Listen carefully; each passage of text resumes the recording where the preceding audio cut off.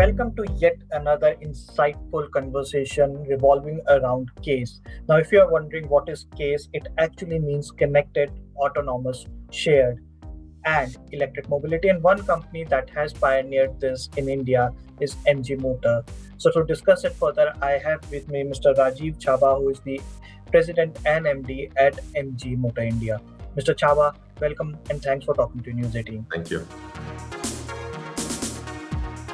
In many ways, MG has pioneered CASE mobility in India. You have a vehicle that represents all the four genres. How important is CASE for MG? I think this is one of our positioning planks or important part of our foundation.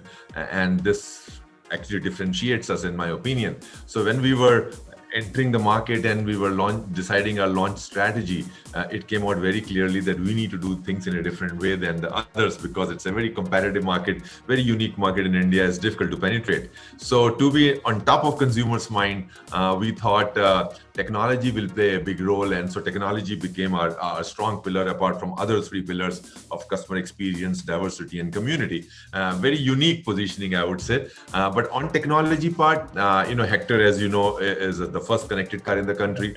Then we launched second EV, and EV, I would argue that is the best EV in the country right now at that price point. The third Gloster is autonomous level 1 in that price category. You don't have those kind of features in that price range in our country. So, all three actually are unique in their own segments. And the fourth car, what we are going to launch, also would be unique, hopefully, and you all will find it very interesting. MG is more or less invested in SUVs, be it the Hector, ZS EV, or the Gloster, and then the fourth product which you're talking about, the mass segment product.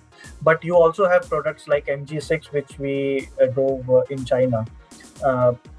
What's the rationale behind going only towards the SUVs, if I may ask? Yeah, so in fact, that's a pretty interesting question, Arjit. And as you know, in automotive industry, you decide 3-4 years before, before the actual launch, because it takes that kind of a time. Right. So even let's say we decided in 2016 time frame about the Hector car, and like this fourth product, we decided almost 2.5 years back. So I think it will be fair to say that we looked at the global trend. Where the consumers are shifting to.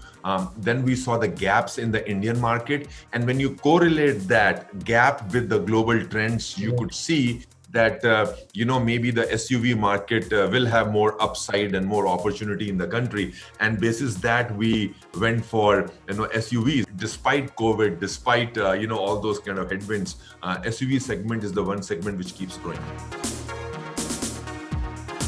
Now, in my opinion, one thing that is stopping the EV boom in India is the charging infrastructure and the battery range, even though makers like MG are offering home-mounted AC chargers and wires along with it.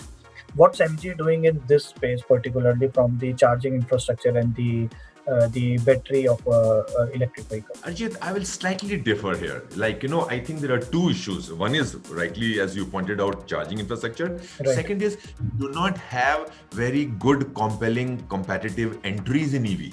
Okay. How many choices the consumers have right now? In India, it's a unique thing. If you recall the automatic transmission thing, right. On one hand, you could say that Indians wanted automatic vehicles, but the choices were less. The Right. moment you have given them more choices, more and more guys are going for automatic variant, which makes sense given our traffic conditions. So on the charging side, coming back to your exact question, you may know that we were the first one who said we will give one charger, which is inclusive in the car pricing, and install it at our own cost. Again, it's part of the same pricing at consumers' home or office, wherever they prefer. So still we are doing that. So that takes care of 85% of your charging needs. What is the differentiating factor that you have seen over the past couple of years that is pushing MG cars? I think right from identifying the segment, then the product, the right features, the pricing, technology of that product, and then cost of ownership and resale price. Everything end to end is important. I'm happy to say that we knew these issues and we are able to implement it. As an example, what we have not discussed, but I'm sure you know it, that even cost of ownership, if you take Hector to any workshop and 70% of the repair bill of Hector is less than 3,000 rupees, which is equivalent to your small Maruti, I think. Okay. So service charges for 70% of my consumer is only 3,000 rupees. And the resale price is the highest, is the best in the segment. Still, it's 92%. So after 2 years of buying Hector, still you can sell at 92% of the old price what you paid. I think all these things put together, so far so good, I would say, and we are pretty happy with the journey. Thank you for talking to News 18. Take care. Thank you very much. Right.